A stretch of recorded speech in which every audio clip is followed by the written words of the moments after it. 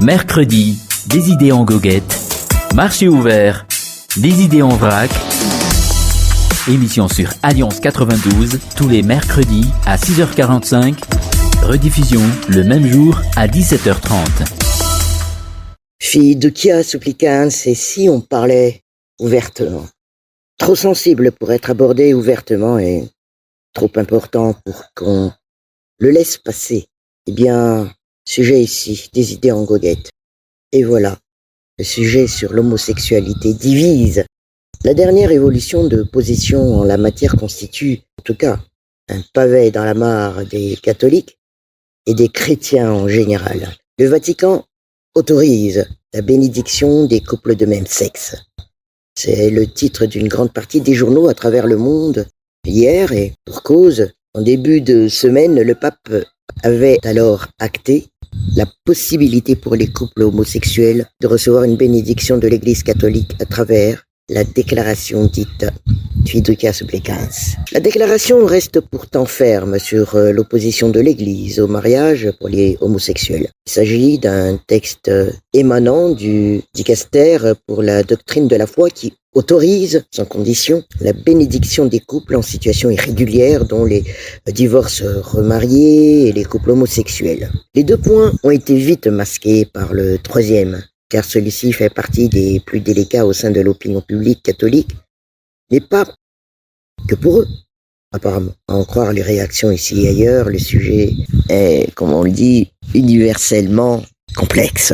Les polémiques ont enflé juste après la publication de cette déclaration qui donne visiblement l'impression de révolution et principes de l'Église catholique. Comme un signe avant-coureur en 2013, rappelons-le, Saint Patricius, le pape François, avait déjà déclaré que si une personne est gay et cherche le Seigneur avec bonne volonté, qui suis-je pour la juger? À l'heure actuelle, la position de l'Église, quoique de manière diplomatique, semble en tout cas de plus en plus évoluer, mais pas forcément dans le sens de la volonté de tous les chrétiens apparemment. Et si on revient au pays de Saint Patricius, où le sens de la tradition reste encore vivace, le sujet de l'homosexualité reste encore un tabou, au point que certains préfèrent le fameux principe de « don't ask, don't tell », ou ne rien demander, ne rien dire, comme la fameuse loi américaine sur le sujet. Il faut reconnaître que, contrairement à d'autres sujets de société, celui-ci demeure particulièrement sensible dans le pays par les normes déjà sociales, malgaches, ainsi que par la tradition culturelle.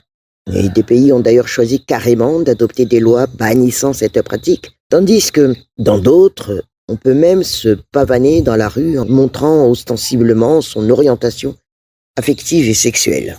Nous en sommes encore loin. Et c'est d'ailleurs au niveau des réseaux sociaux que le débat s'anime autour du sujet.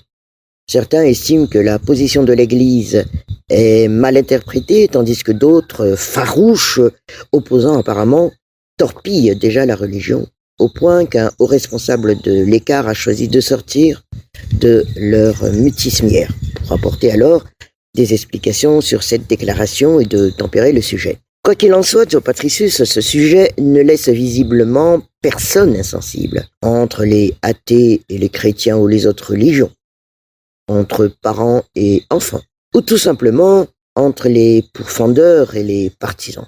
Et Madagascar ne semble pas encore prêt à trancher sur le sujet, car probablement les priorités sont encore ailleurs.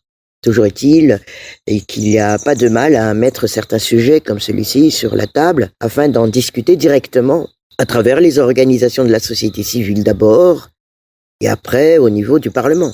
Et cela permet par la suite à chacun de se positionner selon sa conviction et son orientation. Pourquoi pas? Mercredi, des idées en goguette. Marché ouvert, des idées en vrac. Émission sur Alliance 92, tous les mercredis à 6h45. Rediffusion le même jour à 17h30.